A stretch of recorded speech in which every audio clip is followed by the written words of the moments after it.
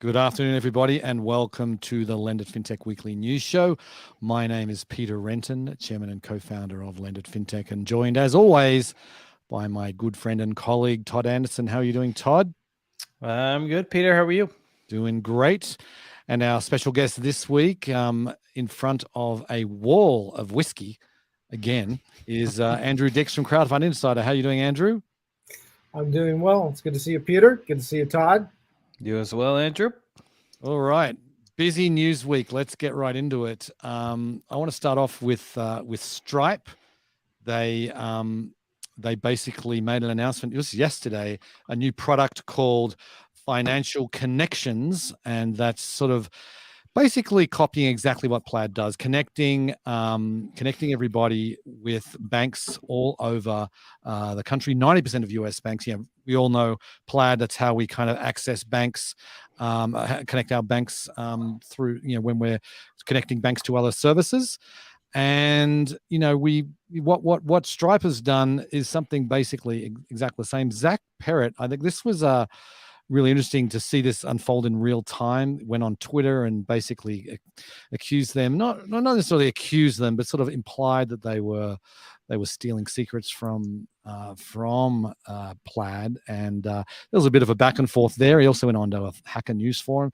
Super interesting to see all this unfolding. But what are your thoughts, guys? I think there's kind of two elements to the story. There's the brouhaha and the fighting and the fun and the kind of going after one another on Twitter or whatever circle. And then there's the actual product. And from what I've read, I mean, it seems as if Stripe is trying to create, and in many ways they've created a Stripe ecosystem, which is keeping everyone in Stripe to get everyone using Stripe products. And this is another element to that, to increase transaction volume and to hopefully drive up revenue and create that ecosystem, which seems like Apple's doing similar ecosystem, not necessarily exactly the same way Stripe is, but Amazon's ecosystem, Apple's, Stripes, it's like these ecosystems that are kind of walled off in some ways. But then the fun part is that, there was actually, we haven't had one of these in a while. Like a real, Twitter, I wouldn't say a war, but a little Twitter punch up, a little scuffle that, Plaid responded to pretty quickly after the news broke. And I think that was, it made the story more interesting. Yeah. I don't know what Andrew's thoughts are. Yeah. So I haven't had a big chance to dig into this, but I will say that the CFPB is looking at this now. And I think everybody kind of understands that a form of open banking or open finance is the future. It's just how it's regulated. And you have some very powerful voices with some profound interests as to how that ends up. Now, Chopra has said that this is one of the items on the top of his list, but he has yet to do anything. And that leads me to believe there's a lot more going on in the background than we are aware of right now, where you have fintechs, some fighting amongst themselves on one side, and then you have older finance on the other side, because they like to kind of keep things the way things are right now. And I think that's the bigger story between the lines right now, and what's going on here between Stripe and Plaid and open finance and open banking. That's my spin. Interesting. Yeah, I hadn't thought about that, Andrew. You're probably right. But I was surprised, and Zach was sort of sharing publicly his thoughts, and are now going to be part of the public record forever, and what he thinks. And Stripe responded both on Twitter and on Hacker News on the forum that Zach was typing into there, and it was just super interesting. And obviously, it sounds like, from what Stripe is saying, that Plaid were invited to participate in this but didn't, and they went with MX and Finicity. Finicity, obviously, direct competitor to Plaid, and MX is to some extent as well. But it is interesting because MX and Plaid are kind of collaborating a little bit. And I will say this, both of those firms are very sophisticated when it comes to inside the Beltway and lobbying. And So this is Stripe- MX, and not Amex. Yeah, Amex. MX. Amex is, yeah, they hired somebody, I think it was from Senate Banking last Oh, year. okay. I didn't know that. I think so. I didn't know that. Okay, great. Okay, let's move on. We want to talk about the crazy weekend that in the world of crypto, where Ethereum basically broke. I think it was Saturday afternoon, Saturday evening. There was the largest NFT sale in Ethereum history. This metaverse other side. This is run by Yuga Labs, which is the people behind the Bored Ape Yacht Club NFT collection, which is one of the most expensive collections. And it was crazy. I mean, gas fees are normally pretty high on Ethereum, and they went to, you're talking like a couple $100 to do anything pretty much. And now it went over to several $1,000s. And some of the transactions, the several $1,000s actually was taken out of accounts, and then the transaction failed. So, which Yuga Labs has said they're making everybody whole for failed transactions, but crazy times. And then Yuga Labs said, well, Ethereum can't handle this kind of volume, so we're gonna have to go elsewhere and create our own layer one. But, Can't figure out what is worse here. That it's someone's deliberately doing this to then create their own chain and network, or that they cut corners and are, there are both stories are out there, or both theories are out there, that they kind of cut corners and are careless. And there was one Twitter thread where if they took these handful of steps, like, they could have saved tons of time and tons of money. At the other side, it's like, if it's truly a bad actor, is that easier to root out than carelessness? When thinking, if you take like the 10,000 foot level with everything going on with regulators and kind of crypto in general, like, is it worse that it's carelessness and cutting corners, or is it worse that there's like a truly bad actor? Because both are bad. I think the truly bad actor gets weeded out quicker. Constant carelessness is, to me, though, a longer term issue for crypto, because it implies that they're willing to cut corners and not do things right, when in reality they probably need to be more in the lines than anyone else right now. Yeah. So my question to you is Ethereum the one chain to rule them all, or was it a cool experiment? Or, can we just move on and find something that actually works? Well, that's a failure like that. That's something that would never be supported within traditional, securities regulated industry. Yeah, I mean, imagine if Visa and MasterCard or whoever, anyone just said, your transaction fee, we're gonna charge you a couple of $1,000. Oh, sorry, the transaction was declined. It's too bad. You're out of luck. And now he said they're making them whole, but still, it's not a good look. It's the wild, wild west still. It's, from a not a good look. Not a good look. And I mean, that's where I think Ethereum comes off bad here. Is like, really, that there's lots of layer ones that have faster transaction speeds and better throughput.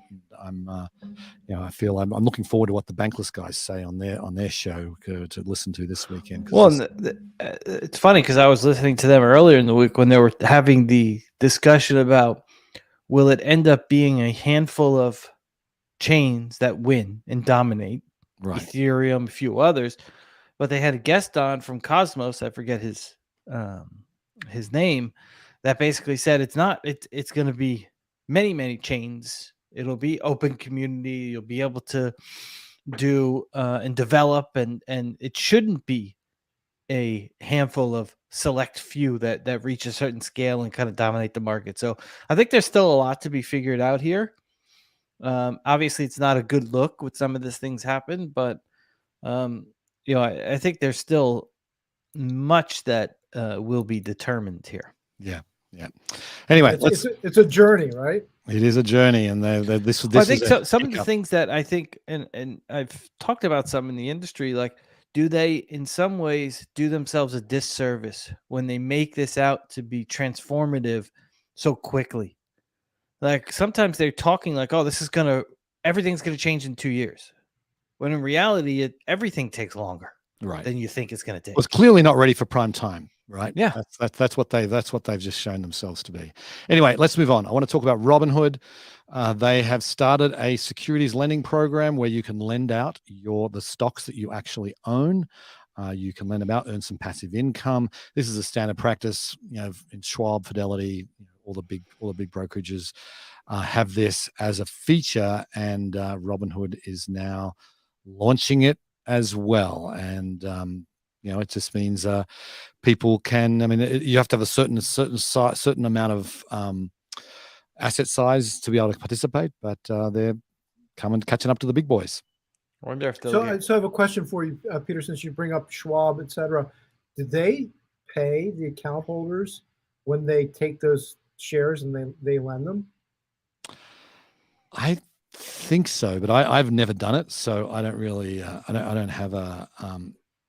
So from an old school trader, it used to be that they would not tell you; they would just do it, and they would reap the gains, and you would not. So when I see this coming from Robinhood, I'm like, yeah, that makes sense. Cut in the account holder for a piece of the action, because when you short shares, you're supposed to actually have shares to short. And so what you do is you pilfer them from somebody else's accounts. Now we all know naked shorting is a thing and an ongoing issue. But kudos to Robinhood on this. This is something I think they're getting right. Yep. Do you think they'll come under greater scrutiny because of their issues they've had in the past with leverage? And it's a different product, but we've seen that the ruling class in Congress is not exactly the sharpest. And so they might see Robinhood doing this and, all right, well, what is Robinhood doing here, without maybe realizing this is pretty common practice. Yeah. Well, they probably don't realize it. That's correct. But when I was a kid, we always used to tell them, very geeky, if you asked for your share certificates, then they couldn't short them. Right. Right. Well, yeah. I'm dating myself right now. Yes, indeed. Did you call your broker? Yes, I used to. I did. Yes.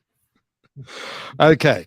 Let's move on to more news. This from Affirm and Fiserv. They're teaming up on the latest. God, my son is keeping on texting me. It's annoying. Okay.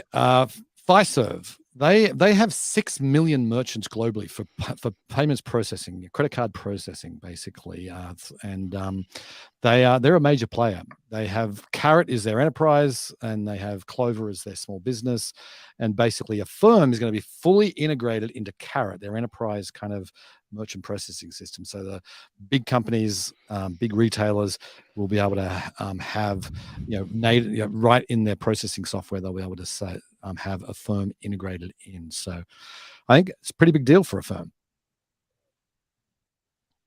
Yep, definitely is. I think they didn't Fiserv just do another partnership with the payments company as well, yesterday or today?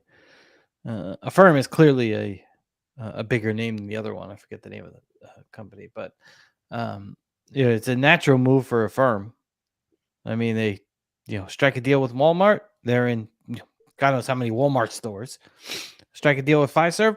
They get in with all the Fiserv customers. I mean, it's just easy way to jump the line and not have to do partnerships or different ways to get into all these different players. Yeah, it's something that just makes sense. I mean, Fiserv, big publicly traded company, Affirm's publicly traded too. It really makes sense. I think Fiserv is one of the top tech providers for banks, et cetera, and to have that native to the service, it's a no-brainer. So you got to do it. Fintech everywhere, embedded fintech's the thing right now. Yep, indeed.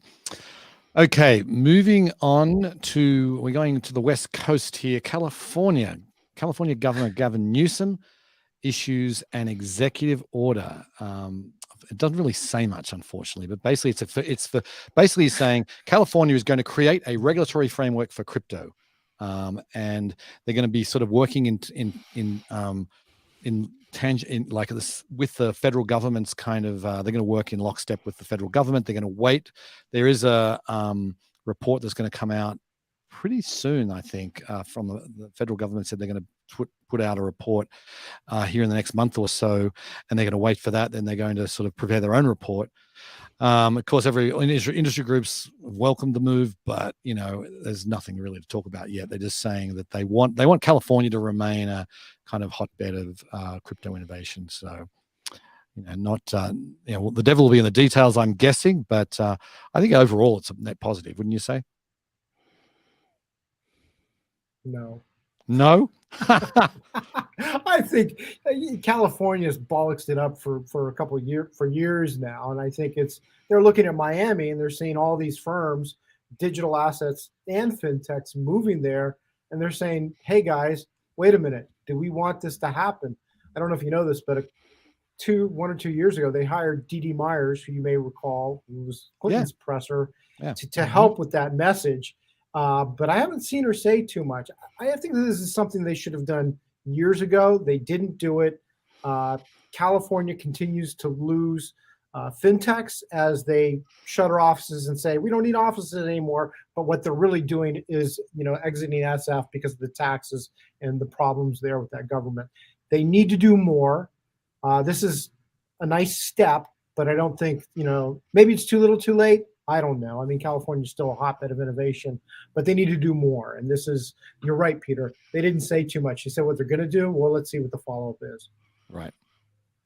Can we get legislators doing the executive order thing is just getting old. It's like, all right, we'll write an executive order. This sounds kind of okay. And then the devil will be in the details. A report will come out. And then it's like, can we get the lawmakers and legislators to actually start doing the work? Like it feels, and this is for federal and state government. It's like they issue these proclamations and generic language, and then it's like 3 years pass by. It's like, oh, remember that order back in May of 2022? Well, now we've gotten around to writing the rules.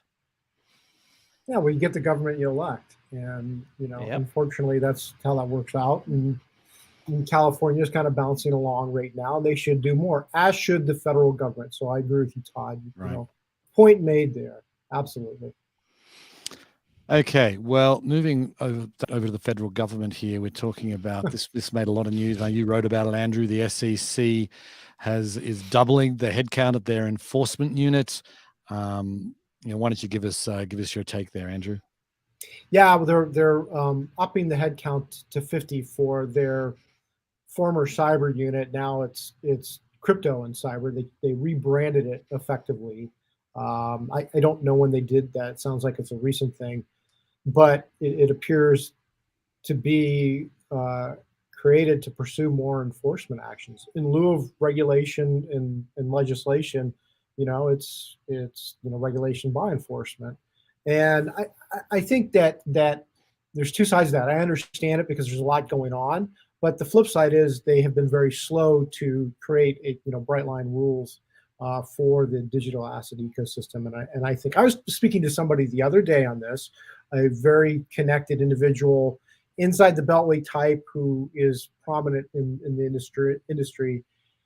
And it was their opinion that the SEC is becoming out of touch and out of pace because they're missing the change in the industry, and they're kind of hunting down the wrong path.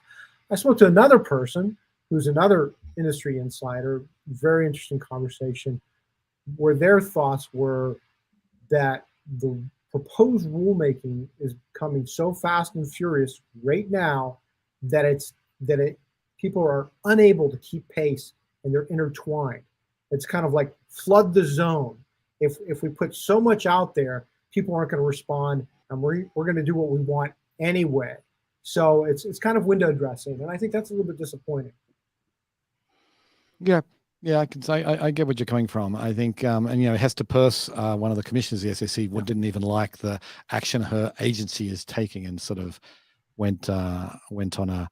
I think it was just a tweet or something saying that she wasn't in agreement. It shouldn't be regulation by enforcement. Yeah, I mean, that's all it gives is the appearance that here's more cops to enforce, and it sends the wrong message. And to the previous conversation, like the industry wants to work with the regulators. I mean, we talked about this, I think, last time you were on, Andrew. It's like there is a willingness to talk. Yeah. And it seems like they just keep on missing this opportunity of potentially creating the right framework that they'll both probably dislike, and it'll be probably the right balance. Right. Okay, let's move on. Interesting story in the Wall Street Journal, which sort of goes against our second story of the day, but basically the title is NFT Sales are flatlining, and they have a point. Like, sales of NFTs have fallen. They said it was 225,000 a week in September last year. Now it's down to 19,000 a week. That's a more than 90% drop in volume. But we also obviously saw the huge NFT, sale over the weekend that crashed Ethereum. Coinbase is just releasing theirs. I think, my feeling is, I'd love to get your guys' take, is that I think people had no idea how to price this stuff and priced it a little bit ridiculously for something that didn't really have any intrinsic value, and now that some of those things have fallen in price dramatically. But I think, and I personally feel like NFTs are here to stay, but we don't know what they're worth. I would agree with that, but I mean, we went through this with crypto and the price of Bitcoin, and went back in 2018. I mean, it's figuring it's figuring itself out. There's going to be cycles of crazy demand.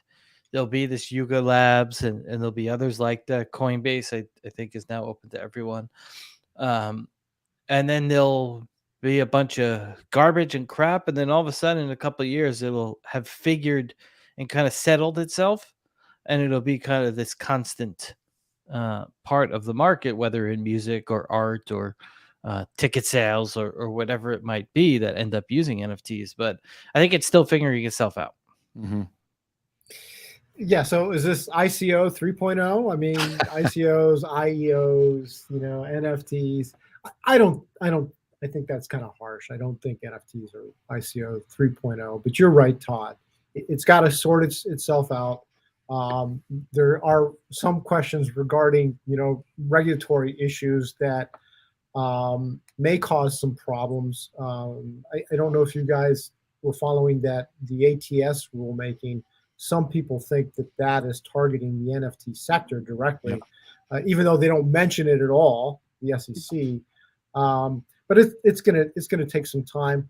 And an interesting note is that I don't know if you saw that Elon Musk tweeted out, kind of trolled the NFT space, because he changed his mug on his Twitter page to be the Bored Apes thing, and I think it was Christie's or whoever was organizing the sale, asked him to not put it up without permission, and he said, "Looks kind of fungible."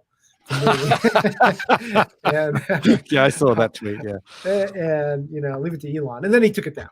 But I agree with what you said, Todd. It's still being figured out and sorted through. Yeah, well, I think my personal feeling is that it's NFTs with utility are going to really be the hot product, which is going to be potentially music, potentially art that can get resold and things like that, where there's something there, there's a smart contract in place that really makes it, there's an inherent value in the object itself. So could also really reshape, think of the scalping and the exorbitant prices sometimes you see with tickets. Yep. Bringing NFTs into it, you can max that they can't go 15% above, the face value, and it could really hurt some of these secondary markets, or at least some that make exorbitant amount of money on some of the things. Yeah, aren't those NFTs already, right? Yeah, pretty much. I mean, effectively, they're just not on blockchain. Right. Well, I mean, that's the thing they're talking about making. They're saying all concert tickets, all sporting event tickets will eventually be an NFT that is. I guess you could put a couple more guardrails in it, but I mean, it's very much the same thing. Okay. Moving along. This is another one you did, Andrew. I thought this is really interesting. The SEC climate risk disclosures. I've been following this a little bit, and the SEC is basically they're in a comment period right now, saying, they've got a proposal to have new climate risk disclosures that need to be that investors are going to be giving information about climate risk on some of the on companies that have exposure. And it's been interesting. Like there's been thousands of comments already received. Obviously, it's falling along party lines as far as who's for and against these disclosures. But what's your take, Andrew? Yeah, this is really interesting. I personally, I think the climate is very important, but at the same time, I don't personally believe that hoisting additional disclosure on a reporting firm, a publicly traded firm, creates a lot of investor value. You invest because you want to see gains in your investment. At least most people do. There are some firms out there that disclose their climate impact and doing something about that. And I think for people that's interesting, that's important to, the market will drive them there. They will head there naturally. And I'd rather see a market solution as opposed to a statutory solution. That's my opinion. What we're seeing here is, again, I'll reflect back to what I said earlier about the SEC flooding the zone with proposed regulations. A lot of the people who were industry focused or business focused said, hey, this is not enough time. We need more time on this because you gave us 490, 500 pages to review. We can't get through all 210 questions right now. And I think that's a valid point. Beyond that, you're right, Peter. It aligns with party line pretty much, although you can't always tell which side people are on. But some of those letters, and there's a lot of them, are fascinating. They're very interesting, and then some of them are kind of crazy. So there's entertainment for all. I hope that the SEC takes into consideration the more thoughtful perspectives, but I doubt they will. I just had someone on my podcast who runs a company called Aquaosa, which provides data to banks to underwrite risk on climate and severe weather events. And he said that the U.S. is probably 5 to 7 years behind Europe on regulatory issues related to the climate, and could be further behind when it comes to the private market. Kind of figuring itself out, I guess is a way to say it. But I agree. Like it feels like it's a bit burdensome. Like you're forcing companies to do something when investors who want that stuff can get it to the places that they need to get it. I don't know. I would say to Aquaosa is that we may be behind in that type of regulation, but we're 20 to 30 years ahead in innovation. So when you compare the innovation market in the United States in contrast to any market in Europe, pretty much, we're leaps and bounds above, and there's a lot of value there. And I think that Europe should focus on both sides of that coin and look and see how they can foster innovation as opposed to regulating our innovative firms, which I think is kind of counterproductive to everybody. But that's my 2 cents. Yeah, I mean, all the big tech companies are in the US. I mean, that's when there's some. I mean, we just saw the whole Apple Pay thing in Europe, which is yeah, they don't like our big tech companies over there.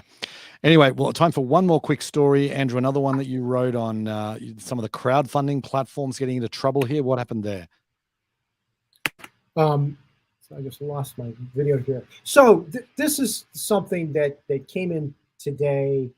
It was not unanticipated. In brief, in November of last year, rules were approved for pan-European securities crowdfunding where issuers in euros across all member states. Now, the fine print is each platform needed to be approved by their relevant authority within the country that they're based or want to be regulated in. Well, that created a big problem that nobody really anticipated out of the gate, because all of a sudden you have to go back to the German regulator and say, hey guys, you need to fix your rules to apply to these European rules. And the German regulators say, what are you talking about? And regulators don't always move really quickly. And so you've had the French and the Germans, who both have the largest securities crowdfunding sectors in the EU, say, wait a minute, we need one more year to work on this, to get this to work. So that's going to happen. There's a section in the actual regulation that allows that. I don't see any reason why the EU or the European Commission will deny that. So it'll be another year. On the flip side, for the platforms that have already received approval, that means that they kind of, I think the way it shakes out is they still have to kind of go through the national process, which is fine, right. But it will delay things. Anyway, we're out of time. We'll have to leave it there. Andrew, thank you very much for joining us today. Thank you, Todd, as always. Before we go, quick reminder, we are now less than 3 weeks away for the biggest fintech event of the year to date, LendIt Fintech USA, happening in New York, May 25th and 26th. Go buy a ticket if you haven't done so already. Prices go up tomorrow at midnight. So this is your last chance to get a discounted ticket. Don't miss out. LendIt.com is how you do it. Okay. Thanks again, guys. We'll be back same time next week. See ya.